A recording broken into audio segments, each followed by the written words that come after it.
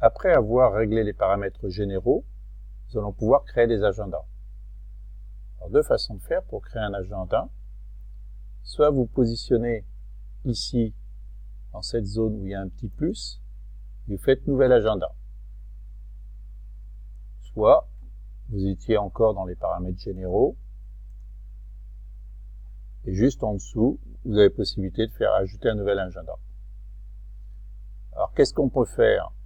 On va le faire à l'envers, importer, exporter, donc importer des agendas qui viendraient de fichiers ICAL ou CSV, par exemple de Microsoft Outlook. Donc, importer la première fois les agendas d'Outlook, ça ne synchronise pas, mais ça importe. Exporter, ça serait dans l'autre sens. Autrement, on a possibilité d'apporter un agenda à partir d'une URL qui aurait été communiquée. Éventuellement, afficher des agendas spécifiques qui pourraient nous intéresser. En général, il n'y a pas beaucoup d'agendas. Il y a les jours chrétiens, les phases de la lune, ou un certain nombre d'événements sportifs.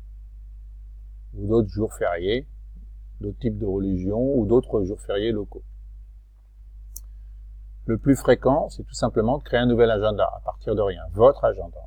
Alors vous allez pouvoir créer un agenda, mais voire plusieurs agendas. Ce qui est très intéressant, en général, c'est d'avoir un agenda, au moins un agenda professionnel et un agenda personnel. Donc là, pour l'objet du test, on va l'appeler agenda test. Description, agenda, test. Description, donc agenda pour la démonstration. Nous allons régler le fuseau horaire de cet agenda, donc on ne touche à rien, on est sur Paris. Et le propriétaire de l'agenda, évidemment, le propriétaire du compte Google. Actuellement, je suis connecté sur mon compte Google, xavier.ler, et je suis le seul à pouvoir créer des agendas. Je crée un agenda.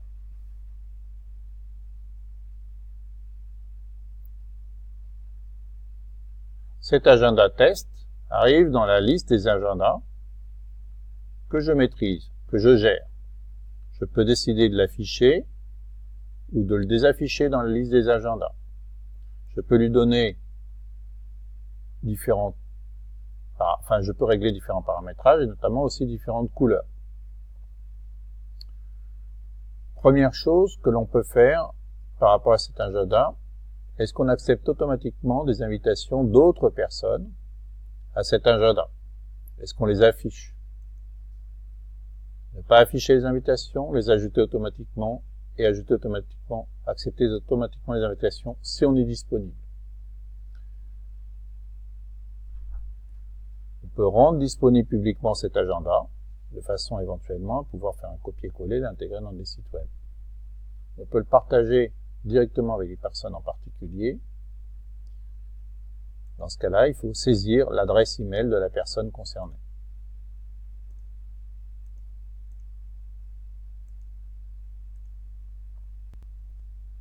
Pour être plus précis, lorsqu'on donne des droits à une personne en particulier, on peut gérer différents niveaux d'autorisation.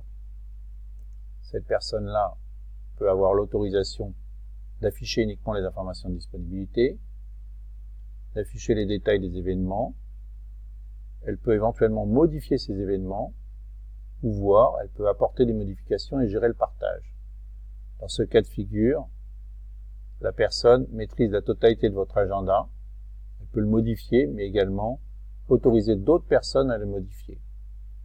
Donc ce droit est vraiment le droit d'administration totale de l'agenda. Sinon, il y a tous les droits intermédiaires. Une fois que vous faites envoyer, vous avez possibilité d'envoyer un email à la personne en particulier qui va accepter l'autorisation.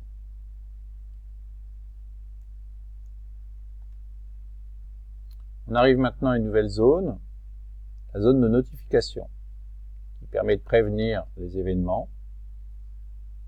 Donc, vous avez la possibilité de notifier par email, ou utiliser la notification standard, qui fait une sorte de petite fenêtre pop-up, qui alerte l'individu qu'il va y avoir un événement. On peut paramétrer combien de temps avant l'événement on est alerté, 10 minutes, 1 heure, etc.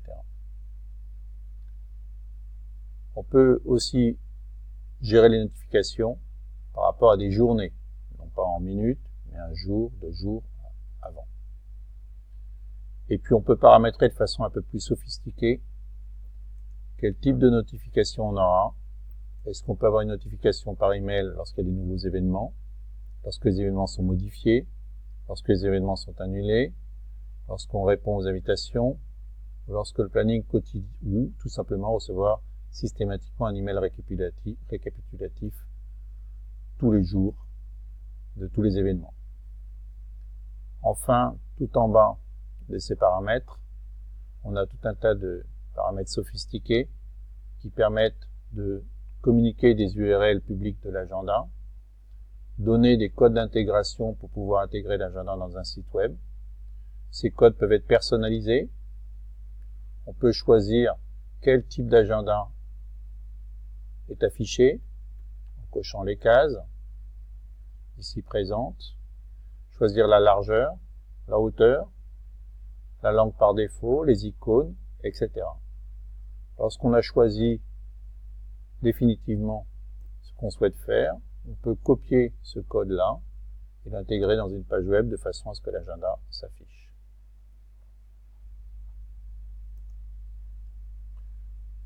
Enfin, les derniers réglages sont les réglages les plus simples, mais à manipuler avec précaution. Ce réglage permet de supprimer totalement l'agenda.